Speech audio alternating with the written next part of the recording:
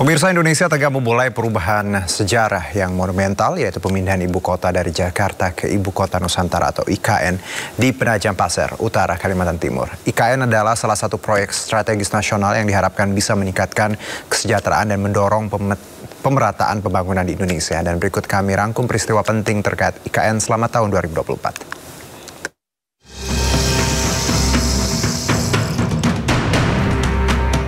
Sepanjang tahun 2024, pembangunan Ibu Kota Nusantara atau IKN mengalami berbagai perkembangan signifikan. Pembangunan Istana Negara menjadi sorotan utama dengan peresmian yang dilakukan oleh Presiden ke-7 Republik Indonesia, Joko Widodo, pada 11 Oktober lalu. Acara peresmian Istana Negara IKN diisi dengan penandatanganan prasasti dan penekanan tombol sirine oleh Jokowi. Istana Negara terletak di kawasan inti pusat pemerintahan IKN, Kabupaten Penajam Pasir Utara, Kalimantan Timur. Di lokasi tersebut juga terdapat Istana Garuda yang berfungsi sebagai kantor presiden. Nusantara, dan kita juga tidak ingin tergesa-gesa, semuanya yang paling penting berjalan sesuai dengan target waktu yang telah ditentukan, dan untuk Istana Garuda nanti akan diresmikan oleh Presiden baru Bapak Prabowo Subianto. Dan kita harapkan nanti kegiatan-kegiatan kenegaraan yang besar, yang butuh tempat yang gede, bisa dilakukan di sini, di IKN. Konsep Green City yang diusung pemerintah mulai diwujudkan melalui penerapan teknologi ramah lingkungan dan penggunaan energi terbarukan. Langkah ini bertujuan menjadikan IKN sebagai kota modern dan berkelanjutan. Proyek-proyek seperti jalan utama, kawasan hunian ASN, serta fasilitas publik lainnya hampir rampung menjelang akhir tahun 2024 ini. Namun, pemindahan aparatur sipil negara atau ASN ke IKN yang semula dijadwalkan pada awal tahun 2024 dengan 1.971 ASN dari 27 kementerian atau lembaga mengalami penundaan. Kini dikabarkan pemindahan ASN akan dilakukan usai Lebaran tahun 2025 mendatang dan dilakukan secara bertahap. Meski demikian, Jokowi telah memberikan contoh dengan berkantor di IKN beberapa kali sepanjang tahun. Bahkan, peringatan Hari Kemerdekaan Republik Indonesia ke-79 untuk pertama kalinya digelar di IKN menandai langkah awal transisi ibu kota. Di sisi lain, minat investor terhadap IKN terus meningkat. Tercatat sudah ada 51 investor yang berinvestasi dalam proyek pembangunan Ibu Kota Nusantara. Ke-51 investor tersebut telah melakukan pembangunan proyek, di antaranya perhotelan, rumah sakit, restoran, pelayanan publik, hingga area hiburan. Yang pada dasarnya sampai dengan tahun 2024 ini sudah terdapat 51 pemrakarsa yang telah melakukan groundbreaking di IKN, dan pekerjaan tersebut bukan merupakan pekerjaan yang dilakukan oleh ex-Kementerian PUPR. Pergantian presiden pada Oktober 2024 membawa angin segar bagi kelanjutan proyek IKN.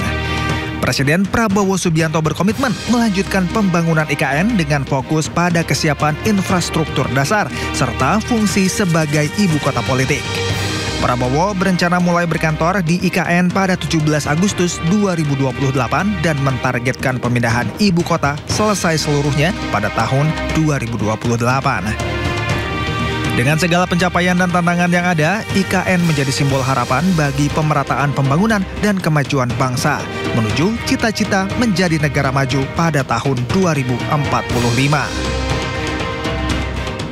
Pemerintah resmi menaikkan PPN menjadi 12% pada Januari 2025. Untuk meringankan beban masyarakat, pemerintah telah menyiapkan sejumlah skema insentif atau bantuan untuk masyarakat berpenghasilan rendah dan juga kelas menengah serta UMKM.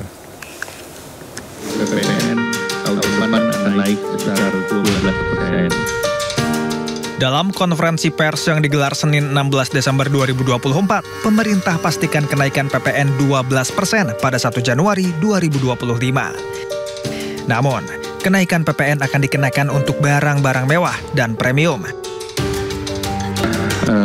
Undang-Undang tentang Harmoni Peraturan Perpajakan Ini sesuai dengan jadwal yang telah ditentukan, tarif PPN tahun depan akan naik sebesar 12% per 1 Januari. Namun, barang-barang yang dibutuhkan oleh masyarakat, ini PPN-nya diberikan fasilitas atau 0%. Meskipun kita menerapkan PPN 12% secara selektif, karena banyak sekali barang jasa yang bahkan tidak bayar PPN, kami memberikan insentif perpajakan itu dalam magnitude yang sangat besar. Sementara barang-barang yang dikenakan pajak mencakup beras dan buah premium, daging premium seperti Wagyu dan Kobe yang nilainya mencapai jutaan rupiah, ikan premium seperti salmon dan tuna premium, aneka udang dan krustasea premium seperti king crab juga terkena kenaikan pajak. Selain bahan kebutuhan pokok premium, jasa pendidikan premium seperti pendidikan standar internasional dikenakan kenaikan pajak. Jasa pelayanan kesehatan medis premium seperti rumah sakit kelas VIP dan listrik pelanggan rumah tangga dengan daya 3.500 hingga 6.600 volt ampere. Sejumlah bantuan untuk masyarakat berpenghasilan rendah telah disiapkan pemerintah. Di antaranya, bantuan dengan berupa beras 10 kg per bulannya. PPN 1% ditanggung pemerintah untuk tepung terigu, gula industri, dan minyak kita. Pemerintah juga akan memberikan diskon tarif listrik sebanyak 50% untuk daya listrik hingga 2.200 volt ampere selama 2 bulan, yaitu bulan Januari dan Februari 2025. Sementara, untuk kelas menengah, pemerintah juga menyiapkan sejumlah insentif. PPN ditanggung pemerintah untuk properti dengan nilai maksimal 5 miliar rupiah. Skemanya, dari Januari hingga Juni 2025, pemerintah menanggung 100% PPN, sementara pada Juli hingga Desember 2025, pemerintah menanggung 50%. PPN ditanggung pemerintah untuk otomotif, khususnya kendaraan hybrid atau listrik. Insentif PPH ditanggung pemerintah untuk pekerja padat karya dengan gaji sampai 10 juta rupiah. Pemerintah juga akan mengoptimalkan jaminan kehilangan pekerjaan baik dalam bentuk tunai maupun pelatihan seperti BPJS Ketenagakerjaan dan Kartu Prakerja. Pemerintah juga akan memberikan relaksasi atau diskon 50% atas iuran jaminan kecelakaan kerja khusus industri padat karya. Untuk UMKM, pemerintah memberikan insentif berupa perpanjangan masa berlaku PPH final 0,5%. UMKM dengan omset di bawah 500 juta dibebaskan PPH. Ada skema pembiayaan industri padat karya, misalnya adalah untuk keringanan pembelian mesin, ada subsidi 5%. Dari kebijakan PPN 12%, pemerintah berpotensi menyerap penerimaan negara senilai 75 triliun rupiah. Proyeksi tersebut lebih besar dari penerimaan negara saat pemerintah menaikkan PPN dari 10% menjadi 11% di tahun 2022 yang mencapai 60 triliun rupiah. Adapun pemerintah mentargetkan penerimaan negara dari PPN dan PPNBM pada 2025 senilai 945,12 triliun rupiah.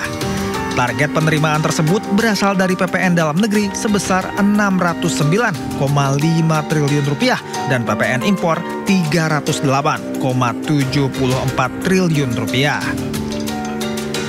Selain itu, pemerintah juga mentargetkan penerimaan pajak penjualan barang mewah dalam negeri mencapai 10,78 triliun rupiah.